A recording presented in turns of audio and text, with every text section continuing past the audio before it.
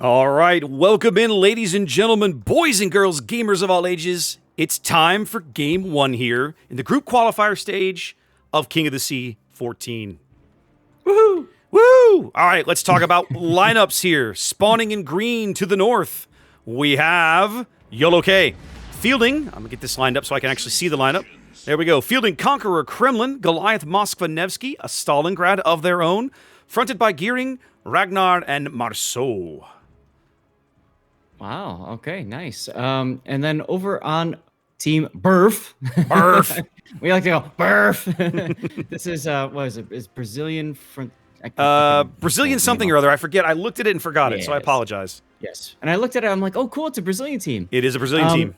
So we've got a Shikishima, a Montana, Napoli, Moskva, Nevsky, Stalingrad. We've got a Shimakaze that is running 12-kilometer torpedoes, a Vamp Deuce, and a Daring rounding out their destroyer lineup. Indeed. We've been starting to see, this is something that I've been sort of waiting on for a while, Zath. I'm starting to see more and more Vampire Deuce filtering its way into competitive play. It's a ship that I've long felt was kind of underutilized by the competitive community, and it's starting to make some inroads. And I'm not sure if that's because the 12-kilometer radars are starting to be kind of pushed away from so many of the team lineups, in the sense of they're starting to be restricted and you're starting to see fewer of them. But I don't know. But even in this matchup, like there's 3 12-kilometer radars on each side of the map. Sure. And I mean, the Vamp Deuce brings a lot to it. Of course, it's got that creepy crawly smoke that allows you to pop out, fire, and then get back into smoke if needed. It's got the, kind of self-protection hydro, if you will, which makes it more comfortable in close torpedo jousting situations. But it does lack something that a lot of tier 10 destroyers have, and that would be a heal. Yes, it does indeed. And that is definitely something that we've seen get taken advantage of. I watched, was it last weekend, one of the very first games we watched a very good Daring player continually push and harass and punish an opposing Vampire 2 because he knew he could outlast him. And I mean, that's where it comes into play, the importance of knowing the ship that you're playing, having experience in it, all that good stuff. And I got to say, I noticed something.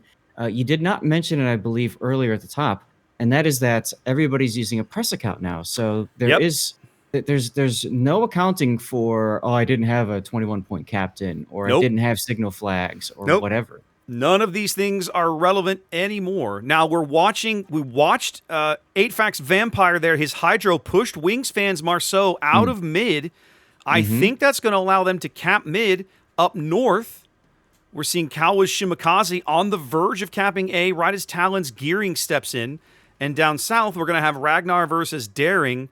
And, well, quite a bit of radar down there for both teams. Well, I'd say YOLO has more radar for sure. They got the Stalin and the Moskva. Yep. Nice Shimakaze doing the radiolocation torpedoes. It's a nice wall. It probably won't hit anything, but, sometimes you just go fishing and you catch something. Possibly not. It's a question of whether or not they have the range to hit the Goliath. Yep. Early shells being exchanged now over at the Charlie Cap as both sides are kind of just pumping the brakes for a second and saying, wait a minute, let's assess the situation before we show our broadsides. We had a bit of, I think that was a Stalingrad or a Shikishima salvo on Suparuman. Here's Moskva as he pushes up in this gap. He was spotted, took a salvo, didn't take a lot of damage out of it. Bit of a miss, I think. No, that was Cannonball Stalingrad. I watched those shells come in. Yep. Bit of a missed opportunity there, perhaps. They do manage to get a fire on him. As Skamono's Goliath up, where is he? He's down south? No, up north. I think he did take one of those torpedoes, Zath. Or he's just on lots of fires. I did see the Goliath get a chunk, so it could be a torpedo, could be got slapped by the Shikishima. It could be. Possibly one of them. But I know those torpedoes were heading in a direction that he had the possibility he might have taken one. Shadow Wolf is using his Ragnar radar to ensure he can get the sea cap there, as Pedro is forced off in the Daring. So just like that, fine. Just like that, both teams ticking up a cap. B remains contested as Wingsfan and 8-Fac sitting here having a staring contest on either side of this island. Now, I think they're proxy spotting each other. Yes. Yep. I was just going to mention that. They're just Yep. angrily proxying each other. Yep. Staring at each other angrily through an island, pointing at each other in the Spider-Man meme. You! No, you! That's right. That's right. I'm interested to see what's going to happen when Leosin's Moskva here, because Skimono's Goliath is in a pretty good position to just keep farming him down, along with Pit Viper's Conqueror. And here comes some Conqueror shells right now. Ooh. Could have been worse. Gearing and Shima trading shots up at A. Kawa's Shimakaze coming off the worst for it. Some Goliath shells falling in as his engine is out. But it looks like he's dodged the worst of those. He does take one.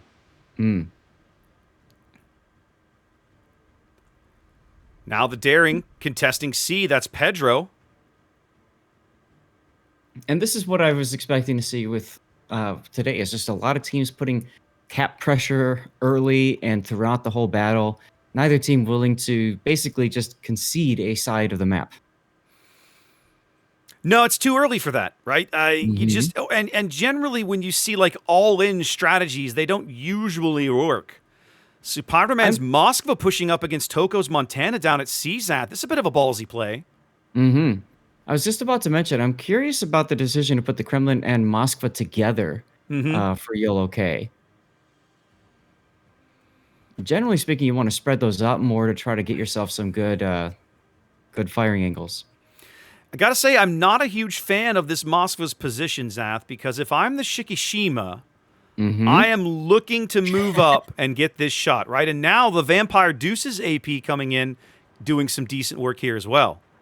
Well, he just got slapped by something, too. I think that might have been the Stalingrad. I thought it was a Shiki, but he's behind the island there. I doubt the Stalin's shells can make it over that island with those railguns, and it's 26 kilometers to Cannibal's Stalingrad, so I doubt he can make that, but could be. Oh, look at Wingspan pushing through now at B.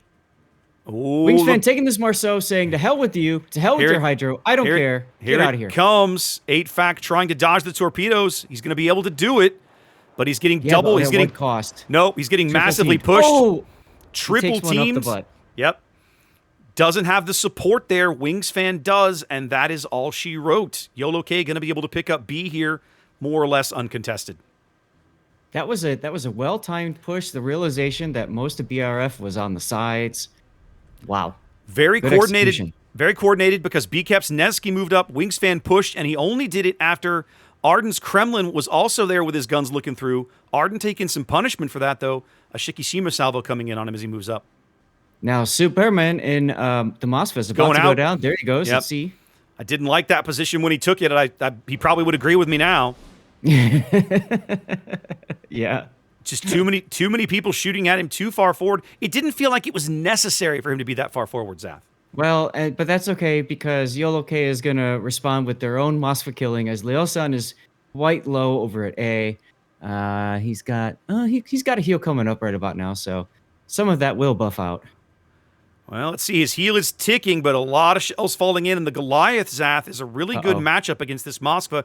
Yep. Oh, Kremlin with the cross salvo. Yep. See, and that's what I was talking about earlier with the Kremlin. You take the Moskva, you take the Kremlin, you put them separate from each other so that they can generate those crossfires. Yep. It's a very hard-fought game so far. We're only 8.5 minutes in. Did you see that Shikishima salvo from Mora on the Kremlin? I saw it go out. I didn't see it land, but it looks like he took about 20K or so. Yeah. He's hurting from that one. Arden paying the price for his lack of vision. See what I did there? Or perhaps his good vision. Here. They're going to drive Pedro off the cap. Pedro had almost completely picked up that cap for BRF, but they've driven him off now. YOLOK only ticking up points out to about a 100-point lead here as Talon's Fire's gearing is now back onto A because Kawashima is really beat up. So that's a huge risk for him to hang around that cap. Well, and that's the problem for BRF is they really don't have any destroyer staying power anymore, other than Pedro and the Daring. But no, they really not don't able to do anything down there. So Cal was lit by radar. He's about as soon as somebody shoots at him, he's going to go out. I'm gonna say the Conqueror is shooting at him. The Marceau is shooting at him. He's bound to take an extra shell or two here, and there it goes. There it is. Yeah, he will torp Pit Viper's Conqueror. I don't think it's gonna be enough to kill him. No, I don't think. Oh, very close though. Kawa had two back-to-back Oh, really nope. good torpedo He's salvos. gonna flood out. He's gonna flood out. Because he hit him. He hit Viper earlier with a torpedo. Viper repaired it, and there he goes. They do get the flood out kill right there. That's a big one. They need those points. Yeah, Pit Viper's DCP and heal were both down, as Mora now is going to have a torpedo dodging minigame. Have a look between B and C as Arden's Kremlin is about to be in point-blank range with Barto's Napoli. Ooh. The Napoli torpedoes may be coming into play here because Arden's not going to be able to survive that. And Barto's declining. I think he's waiting for the Shiki to finish him off. Presuming the Shiki can get shells over? Shiki, I don't think he can. I don't think so. Yeah, I kind of wish he would have just gone for it, but that would have looked cooler. I gotta say, Pedro's daring in that position at the bottom end of C is being incredibly effective. He's had lots of great salvos with his guns. Montana salvo coming in on Arden, that'll put him out. There it is. There it goes. So that's all Barto needed to do was just sit there and look menacing. Yep. Just like that, BRF back in the game. They're up a significant amount of health, Zath, because both YOLO battleships are off the board. BRF still has theirs very comfortably well in hand here. YOLO with a lead, but yikes. Yeah, yikes indeed. It's interesting that level of change. I mean, it looked really good for YOLOK earlier with Wingspan pushing through B and grabbing it. But the problem, I think, is too much was given up after that key play. Losing the Conqueror, ouch. Yeah, and then, Yeah, I'm inclined to agree. Kawa sold his ship, but he sold his ship dearly. Trading that thing for the Conqueror was actually a really good move because, how many times have we seen Conquerors? Conqueror's hard to kill. That's a hard ship to get off the board. Absolutely it is. Absolutely it is. And, this makes me think of, like, clan battles. I would play a bunch. I know you've played, too, where, you get that initial kill, or you get that big kill, and you're like, yeah, we got this, and the morale's like... And what happens? Like, before you know it, people start dying all around you. And you're like, what the bleep just happened? Zath, watch out for the Nevsky. Oh, that wasn't nearly as big a hit as I thought. BCAP they tried to smoke him up into this position. He has to hide behind the island from the Stalingrad, but doing so allows the Shikishima, gives him free shots in the smoke because the Stalin had him radared. Now he's hidden in there, but for how long? Well, until he feels like coming out, which won't be for a while, I think. I don't know. The Shikishima looks like he's going to cap B uncontested. YOLO up a little over 100 points, but you can't feel comfortable like that's going to last. Wingspan getting the last, literally 5 seconds from cap, 6 seconds from cap, gets the decaps. And now Mora's like, well, damn it. Yep. That's it for him. Talon taking a huge risk here, opening fire with the guns. I don't know why you would do that right there. But he did. Even overpens, those 20 inches are going to hurt. He's going to put some torpedoes into the Shiki, probably just 2. There's one. Yep, second one's going to come in and I think going to catch him on the belt, but it's probably going to cost him his ship. Yep, there he goes. He dodged the second torpedo. He only took one more. He only took one. But Cannibal, though, is going down right here. Another kill for YOLO, but the gap on health is still significant. BRF up over 100,000 health. Both their battleships still on the board. That's right. Now there goes the backup Stalingrad. I gotta say, Zath, I liked YOLOK's positioning, but like you, the battleship play, it feels like they threw them away almost. Not the Conqueror. The Conqueror's position I liked. He just got kind of a little outplayed with the Shikishima there. I'm sorry, with the Shimakaze. With the Shimakaze. But the Kremlin position, that I kind of wondered. I was like, why is this guy up here where he is? Wingspan with the hero resets on B yet again, ensuring his team holds onto that 60-point lead. Yep, and that's so crucial right now, especially when you're down a ship. You have to find a way to get the enemy to come to you where you want them to come. Watch these Nevsky torps going in on Matamora's Shikishima. He might take one in the stern. It looks just like looking at that. They're a little behind, but he's going to take one, I think, back near the steering gear. Yep. Does take a flood. That's right. Now DCP is down for 44 seconds. Mora flooding and burning. Heal coming back in 6. He's going to barely scrape by on about 5,000, 4,000 HP when that heal picks up. That's right. That's right. And that's huge. Had he gone down there. Question is, can he out-heal the incoming damage? It looks like he barely can. The flood's still ticking, but the fire is out now. This is the part where I'm sure YOLOK is saying to BCAP, Do you have radar? Do you have radar? Because Skamono is Goliath just ready to just rain down on the Shiki. BCAP in an incredibly uncomfortable position here, trapped between Napoli, Montana, and a Shikishima in his face. Nice torpedoes. Good torps on Barto. Yep, Napoli. from Wingspan. The health gap now down to only 70,000. BCAP's Nevsky still alive, but starting to come under concentrated fire. I didn't say he was alive for long, but at the moment, he's still in the game. The next time the Shiki pulls the trigger, he's dead. He does get a fire on Matamora. I think he needs to switch to the AP here, Zath. I feel like he's dead. No! Oh! Nope. The stern guns haven't fired. Now they have. That'll do it. There they go. I feel like he should have swapped to the AP right there. He did get the fire, and it burned for a little bit, but I still feel like he could have gotten that kill with some AP full pins up near the bow. Yeah, who knows? In a situation like that, you just use what you got loaded, in my opinion. 5 minutes to play. YOLOK on the back foot, but let's see if they can claim these kills. They do bag the Shikishima. Mora. That's a huge one. And Barto is probably going to go down too. They need to convert the kill on Barto Grande. And while that's happening, they also have to set up for the Nevsky that's pushing. Indeed.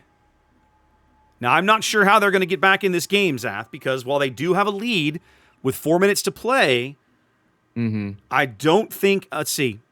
If they lose a ship, the lead will probably flip back. As it is, we're 5 minutes from a BRF win, which tells me that the lead change will happen well before then. Yep. Shadow is completely out of heals, so what you see is what you get with him. Yep. Which means he's got to play it very carefully, as Chakalm's Nevsky just says, nope, I'm going to see you and end you right here. I'm a little surprised that Shadow's still in the game, but he is, for the moment, down to 2,000 HP. Yeah, I feel like he loitered a little bit too long there. To me, the key is getting Skamono's Goliath in front to deal with the Nevsky. Yep. And that hasn't happened. As you can see, Skamono is turning away in the Goliath way too early, in my opinion. 17 health for Shadow Wolf. 17. They have to preserve this ship. He needs these shells to miss. They don't. They don't. So now, YOLO must convert the kill on this Nevsky, Zath, if they want to stay in this game. They've got to do it. And even then, I'm still not sure it's going to be enough. Goliath should outspot him, so I don't think the Nevsky's going to be able to stay dark. Well, he can if he stops firing, but he's not. He's going to stay on it. He's going to keep firing. And Skamono is also out of heals, by the way. That's a big problem for him.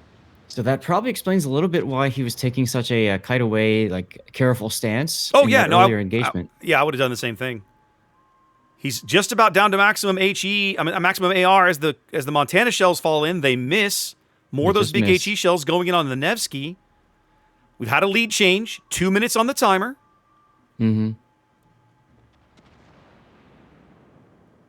I'm afraid even if they convert this kill at the right time, it won't be enough, Zath. No. We're talking 3 minutes. Wingspan basically needs to pull another hero play out of his butt. Yeah. And I just don't see that coming. He basically has to. If you look at it, Pedro's got his Hydro up and running. I would say if Skamono goes down, that's the game, and he does. Yeah. That's it. BRF's going to claim this game. Yeah, he knows his Hydro is going to last long enough for the game to end. So here comes the duel. Wingspan now trying to make a game of it here, just seeing what he can do here at the very end. With 90 seconds to play. Up for my death pick. Yep. Good, smart play, though. Look at that. Yep. Pedro, AP from Pedro. Yep. Just now switching to the HE. He was firing the AP for a while. It took him a little bit longer to make the swap. Is Wingspan going to win this duel? No, but it was close. It was very close, actually. Closer than it probably should have been, but BRF with the win here in game 1. That's right. Let's set BRF as the winner. Get you guys that sexy winner screen. And then pardon us for a moment. We're going to try to figure out what's going on next. Yeah.